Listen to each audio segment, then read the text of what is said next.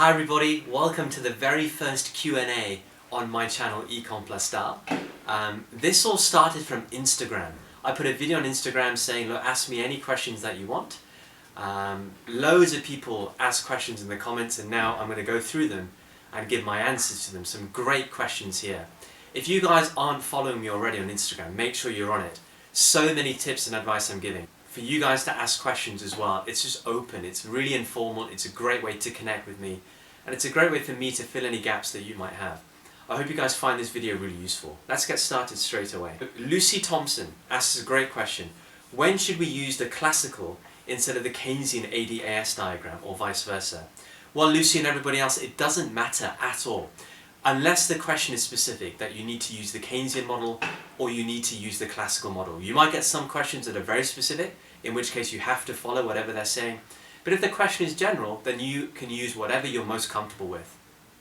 I normally tell my students, when you're shifting AD, use the Keynesian LRAS curve. It's great for evaluation. If you're shifting SRAS, just AD and SRAS, and shift SRAS. If you're shifting LRAS, use whichever one you want. If it's the classical model, if it's the Keynesian model, it doesn't matter. Pavini Amin asks, what are your predictions of the questions or topics that are likely to come up in the AQA paper this year? There are no predictions, guys, and it's a deadly thing to do, to try and predict these new specifications and the new questions that might come up. But there are certain hot topics, and you should know what the hot topics are. For example, things like Brexit, things like exchange rate changes given what's happened, things like the impact of this European freeze on markets, things like the housing crisis, for example. There are classics out there, the UK balance of payments and whether it's a massive concern or not. Things like the impact of globalization is a big one.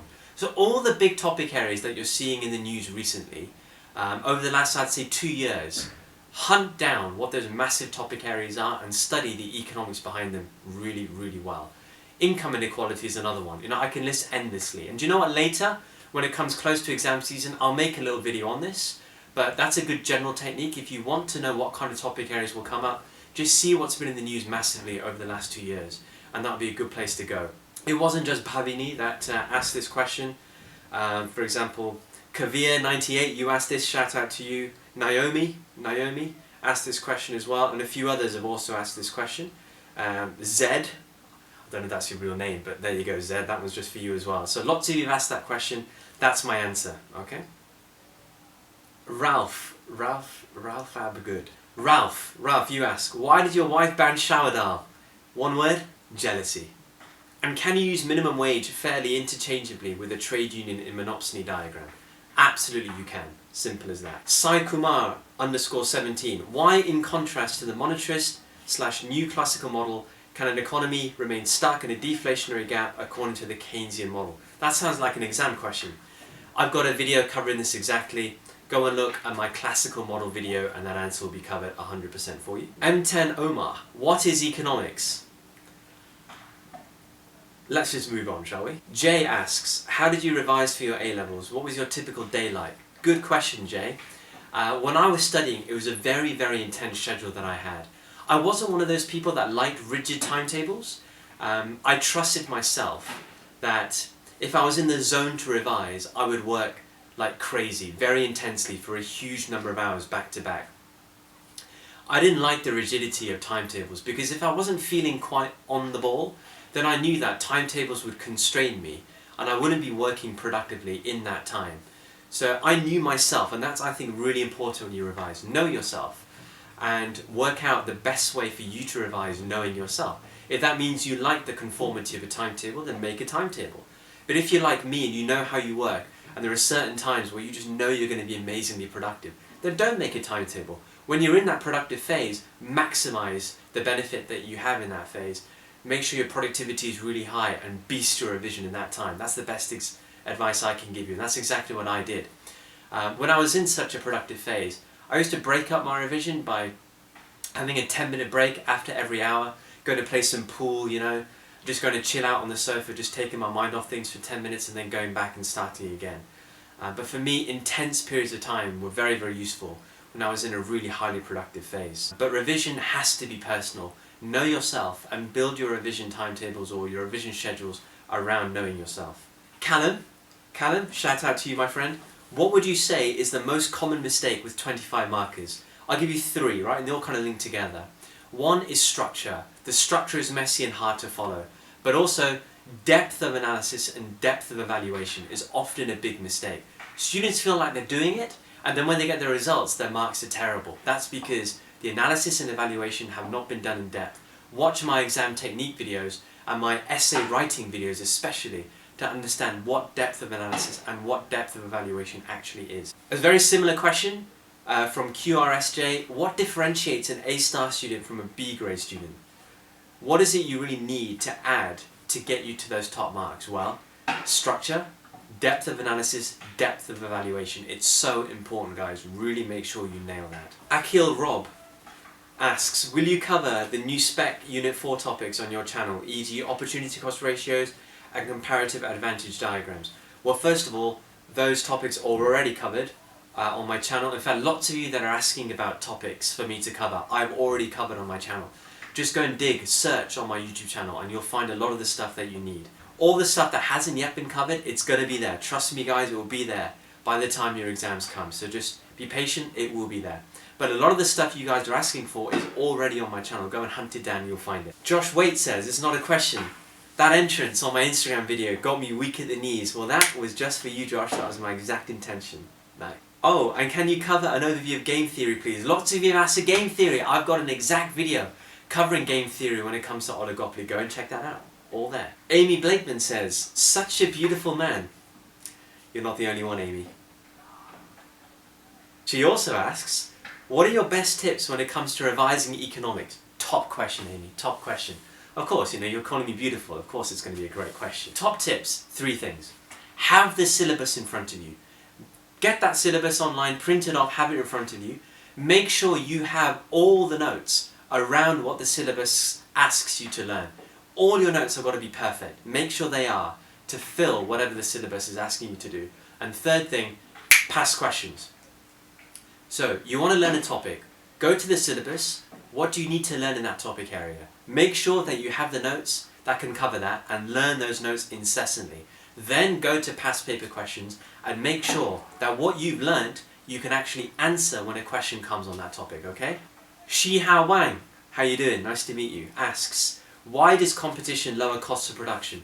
Watch my video on perfect competition to understand that perfectly. Robbie Whittaker, a student of mine. Thanks Robbie for messaging, top man. In what ways, if any, could a Trump-driven trade war with China be in the US's best interests? History tells us the answer to all of these questions. Just go back to the 1940s. The Smoot-Hawley tariffs.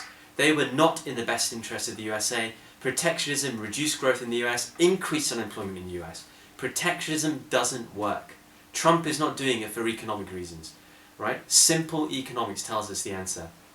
A great moral to take away from this, good politics often equals bad economics. Simple answer to what is actually quite a difficult question. Kay Postuma asked, can you give some tips on how to remember all the key definitions? Is there an easy way to remember them? Thank you loads and loads and loads. Well, no issues. Kay Postuma, I'm going to answer that question. The easiest way to learn definitions is to fill your dead time. Definitions are a great way to gain some entry into theoretical understanding and to build your confidence with theory. But fill your dead time when it comes to learning them. When you're in the shower, instead of singing away, right? Revise your definitions. When you're on the bog, on the loo, don't just go into space and think about nothing. Learn your definitions. When you're in the car on the way to school, learn your definitions. When you're on the bus, learn definitions. When you're walking to your next class, take out the definitions and learn them. It's the best way, and I would say phase in the learning of your definitions, you know? Every day set a target. I want to learn 10 definitions today. The next day I want to learn 10 new ones. In between that time, focus on the 10 you learned the previous day. Test yourself and then learn 10 new ones. It's a great way to phase in definitions and to keep testing the definitions that you've learned. Jonathan Dunn asks a great question. Is it worth reading the news for examples or doing specific examples hunting down by topic? The best way to do examples, if you've got them throughout your learning, then great. Okay, so if real life examples keep coming every day and you're relating that to different topics, great, you've got the examples. But if you don't, then hunt them down topic by topic. Just go through the spec and find examples for each topic area, simple, and make sure that you learn them. Terim Iqbal asks, how is a theory of marginal utility helpful? Well, it's very helpful in deriving the demand curve.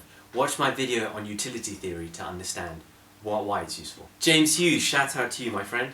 How important is understanding historical economic events, such as the Great Depression, and linking that to different schools of thought? This is for OCR A2 economics.